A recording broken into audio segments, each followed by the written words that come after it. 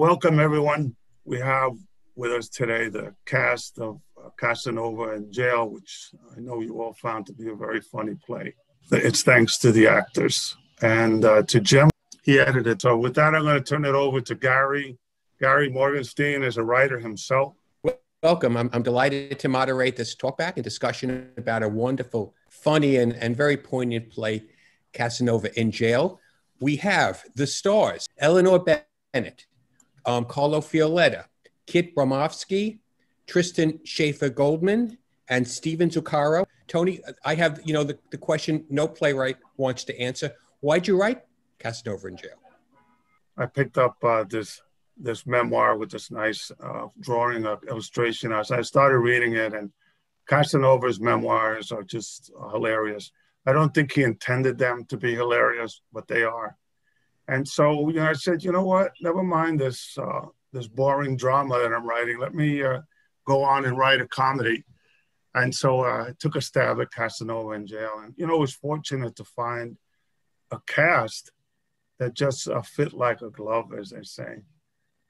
Well, as we know that the characters are on ahead and then they become completely different when we have such wonderful actors. Carlo Fioletta, what drew you to the role?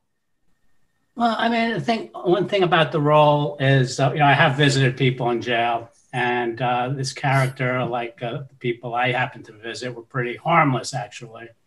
And could draw parallels between, reality now and reality then. And I think a lot of times playwrights, to me, I like finding something that the playwright didn't necessarily intend to put down, but it kind of comes out of their aura. And, I got to throw around my Italian accent a little bit. Eleanor, what's it like acting in Zoom as opposed to acting live on theater? Yeah, it's definitely a lot different since you can't be in the same room with people to when you're rehearsing. But it really feels more like acting for a camera than it does for acting on the stage. And so that was a really exciting challenge to get to work on acting to a camera and working with people. But since the play was so funny and so high energy, like it really felt super fast paced and everybody was on their A game, just like going. And so it was a really fun experience, but it was definitely different than rehearsing a regular play on stage. It's interesting because it's like Ella was saying, it's really this balance of film versus theater. And so I approached the character the same, I think, as I would normally in general. But there's elements that you have to adapt to, performing to, a single screen, not having the actor in person with you, so you're not able to, play off of each other's body language. Even your body itself is kind of cut off. So you really have to have everything from here up. So it was a very interesting challenge. Yeah, it was just really trying to focus on having this be my stage. What drew you to the role? It's Casanova. Like, I feel like because of everything we've ever learned about him, even just through osmosis, I was very fortunate to get an honest crack at Casanova. And he just lends himself, I think, to a bit of stylization and a bit of, and that high energy that Eleanor was talking about. So for me, I'm a physical theater actor, and I thought it was a rare opportunity with all of these Zoom performances that people have been doing to actually get a part that fits this medium pretty well.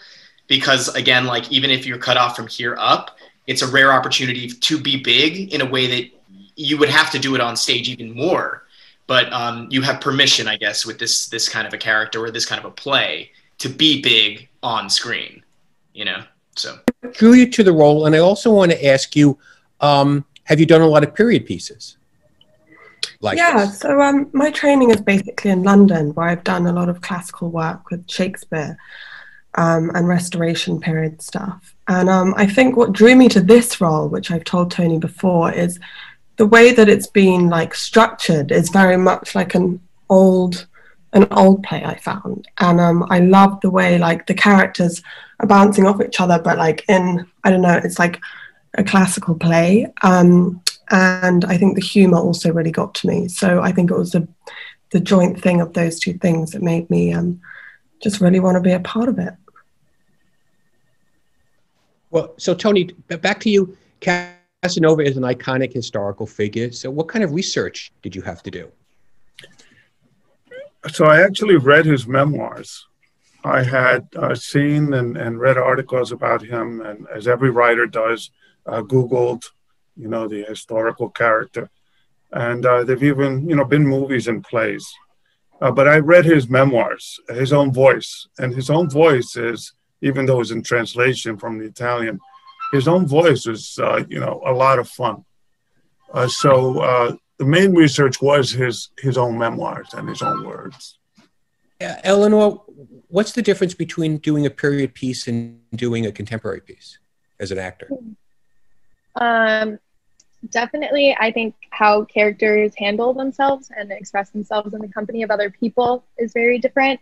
I think it was fun kind of putting elements together of restraint of like a high class society of, the 1500 period, of like how people would hold themselves, but also, as Tristan was saying, like being really big and physical in a way of like, how are those things related, but also what choices do you make for a period piece than, how people would behave and hold themselves in a contemporary piece. So they're definitely different. I feel like I've done mostly period pieces, honestly, in my training at school. And so I felt like it was pretty comfortable for me to like hold myself in a more restrained high society kind of way. But yeah, definitely thinking there's definitely a difference is what I'm trying to say between how people hold themselves in contemporary plays and period pieces. Fortunately for the play in scene 11, Eleanor was anything but restrained. Yeah, that was part of the fun of doing it, of when does I think each of the characters kind of break loose at a point of the play. Like how do they build and break out of their restraint of their society and go a little wild and go a little crazy, adding to that humor of the play. And that was like a really fun moment to just like cut loose and be like, okay, let's cut the rules of society. Let's cut the manner. Like, what are we all here for? Well, now, Carlo, you've done a lot of period pieces, I know. Do you think, does that give you as an actor more freedom? One thing I wanted to point out that's really cool about Tony, to me, it's kind of like years ago, Billy Joel had an album, An Innocent Man. It was kind of a concept album that the different pieces were almost similar to other artists. And this to me reminded me of like the Decameron, something like that. There's like religious tones to it, or Shakespeare. And did you wish, what scene did you say, oh, I really wish that I was on a stage now? This damn Zoom that I could really move. Stephen first. What go for you? There's two moments specifically that I'm really remembering. One is the big reveal of Karina and Angelo, really their scene together. And I think that's really just, I would have loved to have been able to work with Kit and like bounce off each other in the space. It feels like such an intimate scene. And, the computer always sort of that was one of the big challenges that, sort of separates us from that intimacy in a way. So being able to be in person with Kit and do a scene like that would have really, I really wish I could have gotten that. Now you wrote, I'm assuming you wrote this before the pandemic hit, right? No, I wrote it, because between news of Trump and news of the COVID disaster, I just was looking for something funny to write. And Casanova, the book was funny. So reading the book was funny. So then writing the play was, naturally came after that. And subsequently, I've written more comedies. I didn't really write comedies before. As Jim knows, plays that I write are mostly historical drama. But Casanova was funny because it was a relief from the plague.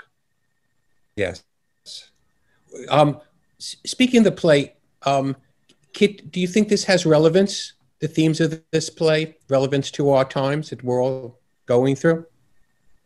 You know what I think? I think that at the moment, I was actually having this conversation with Tony the other day. We're in such a sort of dark places all over the world. And I think actually what people are looking for isn't for more drama and more sadness. We're looking for actually some light relief. And I think the reason this play was so brilliant and I've got a great review is because it took everybody away and it made us think about Italy and Casanova and fun, hilarious situations that wouldn't usually be a thing. And so that's why, yeah, I think it was a really profound time to put on this sort of play. Stephen? For sure. Well, my initial thought was, being kept in our apartments definitely sometimes feels a little like being stuck in jail. But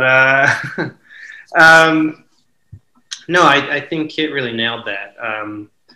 It was such a joy, such a just purely lighthearted fun that it was definitely great to be able to have that in my life and in our lives during something that's so draining, emotionally, especially for actors in this time. It's a tough time for us.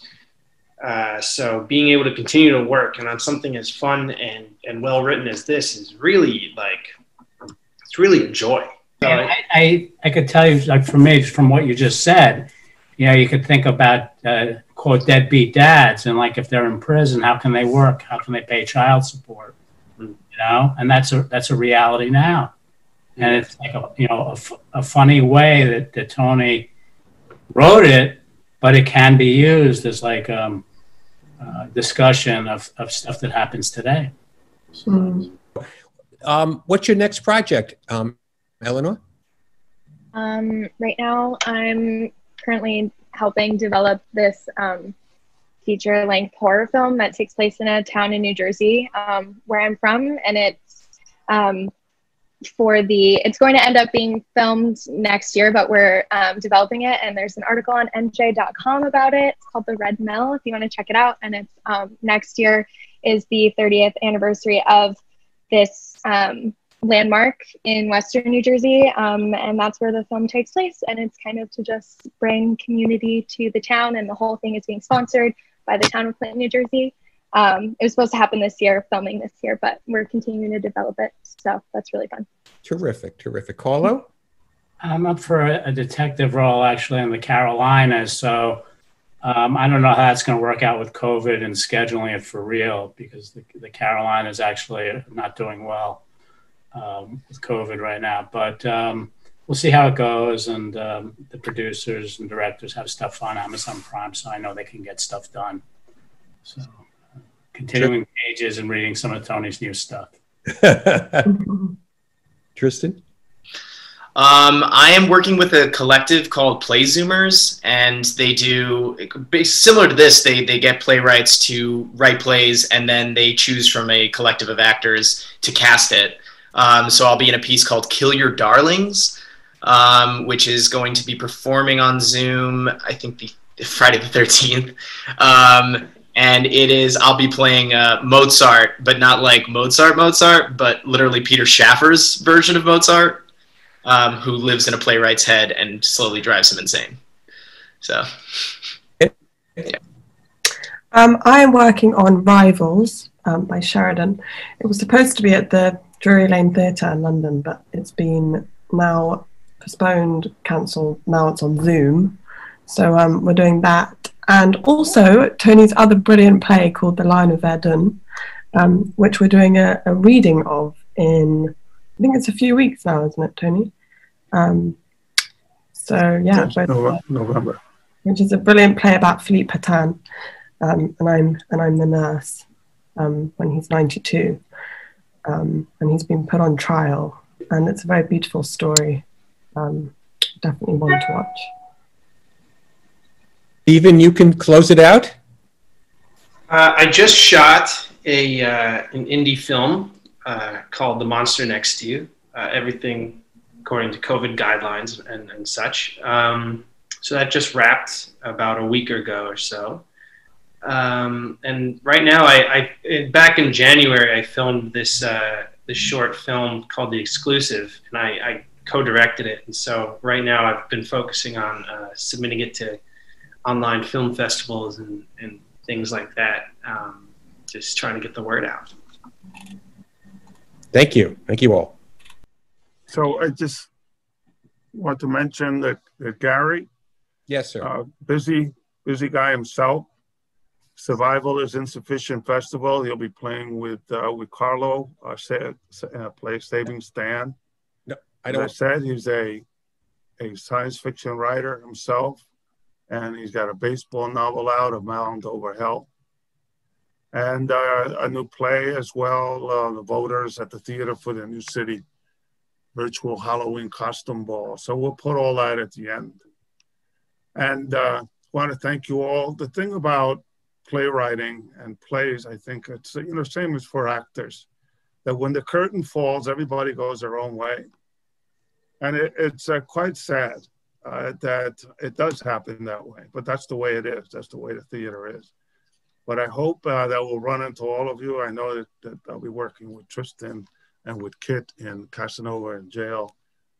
No, that we passed already. In The Lion of Verdun, and with Jim, who's going to edit and do some experimental stuff there. So thank you again, all. Gary, if you want to wrap it up. Boy, it was a delight moderating this talk about the marvelous play, Casanova In Jail, which will be coming to a theater live when all this is over. Great. Thank you. Thanks, everybody. Thank you. Thank you.